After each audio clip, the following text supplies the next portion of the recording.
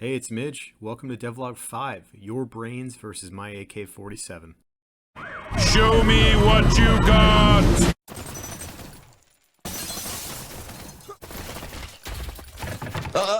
Here we go. AK-47, the very best there is. This is a fun gun. It's a fun gun to use. It was a fun gun to make. I already had an excellent graphic for it. I found some good sound effects for the shots. It has a very distinctive sound. This is the first full auto assault rifle I've added to the game. The burst rifle, or the M16, that's only 3-shot bursts. But this one, let her rip, full auto. Some balance issues have come to mind adding assault rifles. Like, assault rifles are better than pistols, so I'm trying to figure out how to design, to make pistols have a place. I ended up nerfing the rate of fire on this a little bit, nerfing the per shot damage, nerfing the reload time, because it's kind of overpowering. But it is fun. So up to now, the design process has sort of been, Jesus, take the wheel. Just add cool things and sort it out later. I am at least trying to keep the balance in mind. That sounds like a problem for future me, but yeah, coming along. This is a fun gun. Except no substitutes. Check out the big brain on Brad.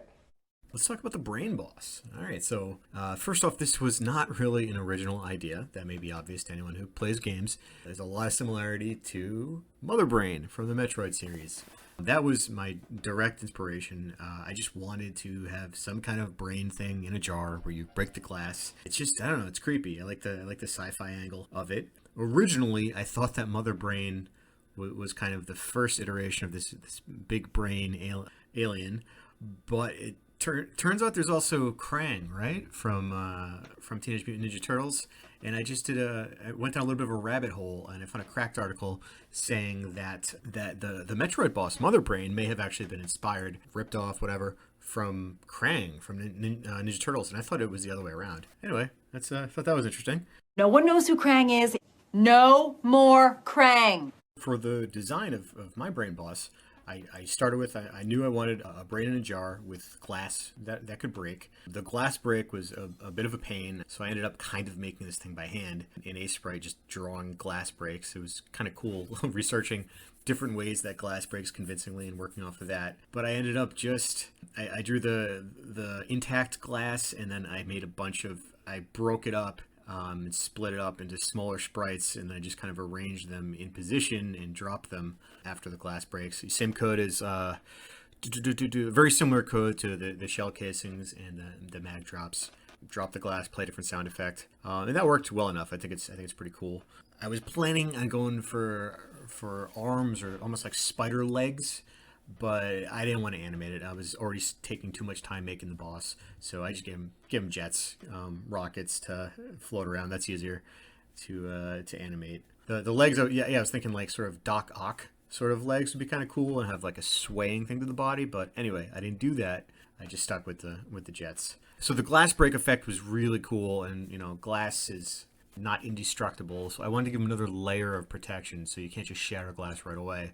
The shield bot was the solution to that. So this boss has a shield around him. While the shield is up and the boss is indestructible, you obviously can't hit him. It won't take any damage, not even with the explosion stuff. The trick is the shield bot is the origin of that shield. The shield bot will rotate around the brain boss to try to keep the shield between the player and itself. So if you don't figure this out, you will die to this boss because you can't damage him. A little interesting strategy-wise, because if you try to play it safe and take no damage, you'll probably get your health whittled away and take too many hits. The smartest strategy that I found from playing this is just rush in, just take those early hits and destroy the shield bot as soon as possible. You'll lose some health doing that, but it's way better than just trying to be careful.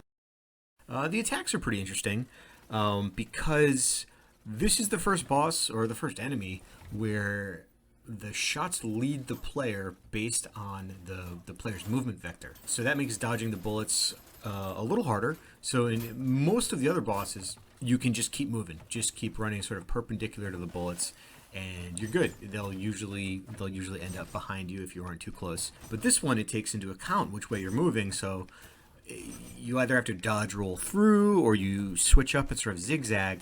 But that was really fun to implement. I figure if any enemy can predict your movement, it would be the big friggin' brain. So for the actual attacks themselves, a few different phases here. There's the spin attack, where the brain is spinning the gun around and shooting. I think I have 4 different streams of bullets. Alternates that direction on a time interval, so you kind of get this interesting pattern.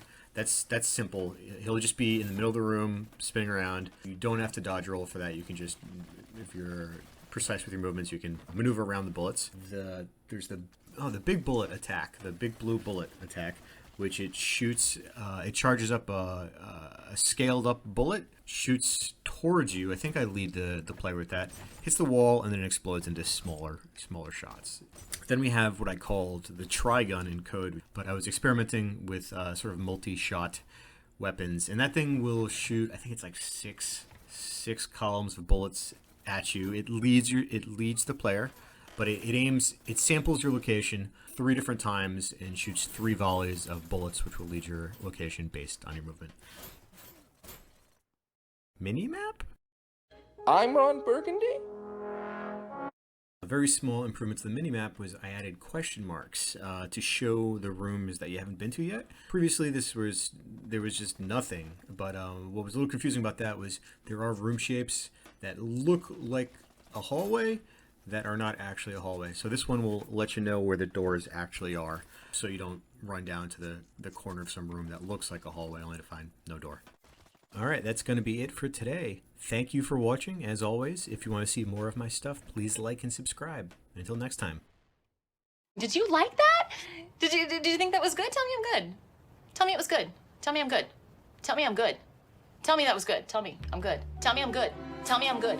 Tell me I'm good. Tell me I'm good. Tell me I'm good. Tell me I'm good. Tell me I'm good. Thank you. Is it that hard? Ah.